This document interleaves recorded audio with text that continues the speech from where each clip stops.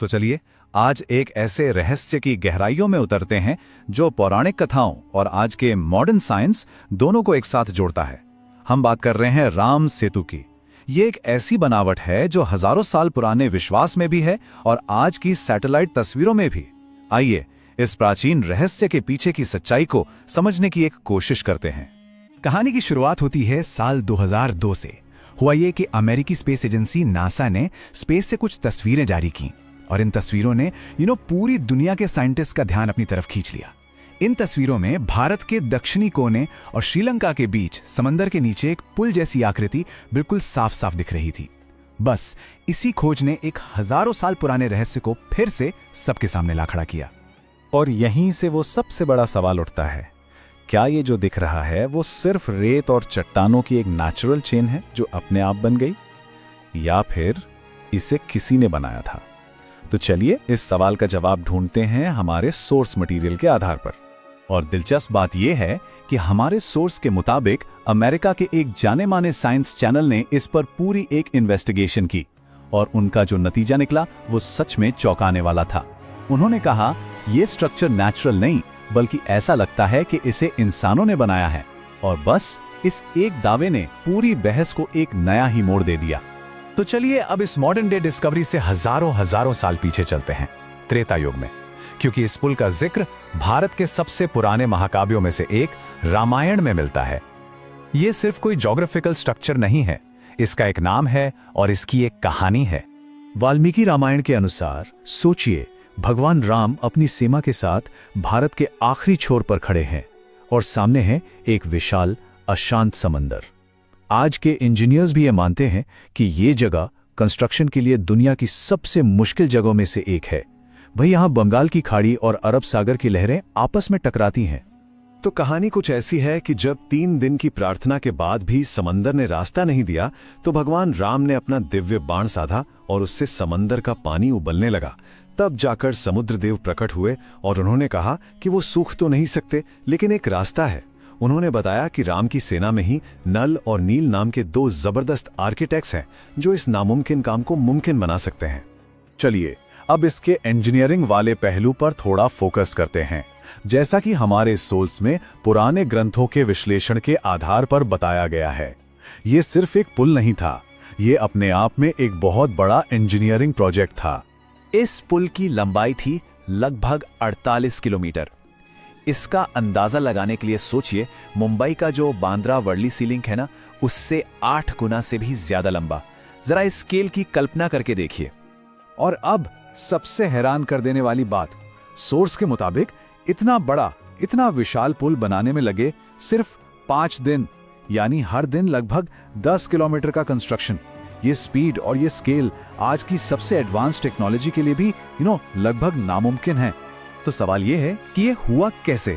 देखिए, सोर्स के अनुसार वाल्मीकि रामायण में इसकी एक खास कंस्ट्रक्शन टेक्निक का जिक्र मिलता है। ऐसा नहीं था कि बस सीधे पत्थर फेंक दिए, नहीं। पहले साल और अश्वकर्ण जैसी मजबूत लकड़ियों का एक ढांचा बनाया गया, फिर उसके ऊपर बड़े बड़े पत्थर रखे गए और उन्हें जंगली लताओं से कसकर बांधा गया। ये एक बहुत ही कॉम्प्लेक्स मल्टीलेयर कंस्ट्रक्शन प्रोसेस था। तो चलिए अब इस पुरानी कथा से वापस आते हैं आज के साइंस पर और देखते हैं कि सोर्स मटेरियल में इस पुल को लेकर क्या साइंटिफिक सबूत पेश किए गए हैं। लेकिन वो एक सबसे बड़ा सवाल जो सबके दिमाग में आता है, आखिर लाखों टन वजनी पत्थर पानी पर तैरे कैसे? ये एक ऐसा पॉइंट है जहां साइंस और आस्था दोनों आकर मिलते हैं। इसको लेकर ना सोर्स में 2 मेन थ्योरी सामने आती हैं। एक है साइंटिफिक थ्योरी जो कहती है कि ये प्यूमिस स्टोन हो सकते हैं। ये ज्वालामुखी के लावा से बनते हैं और अंदर से खोखले होते हैं, इसलिए पानी पर तैरते हैं। वहीं दूसरी तरफ है आस्था पर आधारित एक्सप्लेनेशन जो कहती है कि पत्थर तो साधारण थे लेकिन उन पे श्री राम का नाम लिखा गया था जिससे उनमें तैरने की शक्ति आ गई। तो इस रहस्य की तह तक जाने के लिए सोर्स में जिस साइंस चैनल की बात हुई है, उनकी टीम ने एक अहम साइंटिफिक टेस्ट किया, कार्बन डेटिंग। उन्होंने पुल के पत्थरों और उसके नीचे जो रेत की परत है, दोनों के सैंपल लिए ताकि उनकी असली उम्र पता चल सके। और जो रिजल्ट्स आए वो सच में दिमाग घुमा देने वाले थे। जांच में पता चला कि पुल में जो पत्थर इस्तेमाल हुए हैं वो तो हैं करीब 7000 साल पुराने, लेकिन वो जिस रेत पर टिके हैं वो रेत सिर्फ 4000 साल पुरानी है। अब ये एक बहुत बड़ी पहेली है। सोचिए, अगर ये नेचुरली बनता तो पत्थर और रेत दोनों की उम्र लगभग एक जैसी होनी चाहिए थी। उम्र का ये बड़ा फर्क इस बात का एक बहुत मजबूत इशारा है कि ये पुराने पत्थर कहीं और से लाकर इस नई रेत की परत पर रखे गए थे। इन्हीं नतीजों को देखते हुए सोर्स के मुताबिक American geologist doctor Alan Lester ने एक बहुत बड़ा स्टेटमेंट दिया। उन्होंने कहा, हिंदू धर्म की कहानियां वे बिल्कुल सही हैं। ये अपने आप में एक बहुत बड़ा दावा है। लेकिन ये कहानी सिर्फ इतिहास की नहीं है। हाल के कुछ सालों में राम सेतु एक बहुत बड़े मॉडर्न विवाद का सेंटर पॉइंट भी रहा है, जहां आस्था, पर्यावरण और इकोनॉमिक डेवलपमेंट आमने सामने आ गए। हुआ ये कि इस साल 2005 में भारत सरकार ने सेतु समुद्रम शिपिंग कैनाल प्रोजेक्ट शुरू किया। इसका मकसद था कि जहाजों के लिए एक शॉर्टकट रास्ता बनाया जाए और इसके लिए राम सेतु के कुछ हिस्सों को तोड़ना जरूरी था। इस प्रोजेक्ट के खिलाफ देश भर में जबरदस्त विरोध प्रदर्शन हुए और यह मामला आखिरकार सुप्रीम कोर्ट तक पहुंच गया। इसको बचाने के लिए कई जबरदस्त तर्क दिए गए। पहला, सांस्कृतिक, ये करोड़ों लोगों के लिए एक पवित्र धरोहर है। दूसरा, इकोलॉजिकल, सोर्स के मुताबिक वैज्ञानिकों ने चेतावनी दी कि ये पुल एक नेचुरल बैरियर की तरह काम करता है जो भारत के दक्षिणी तटों को सुनामी जैसी बड़ी आपदाओं से बचाता है। आखिरकार इन सभी धार्मिक, सांस्कृतिक और वैज्ञानिक दलीलों के दबाव में इस प्रोजेक्ट को रोक दिया गया और ये प्राचीन संरचना आज भी सुरक्षित है।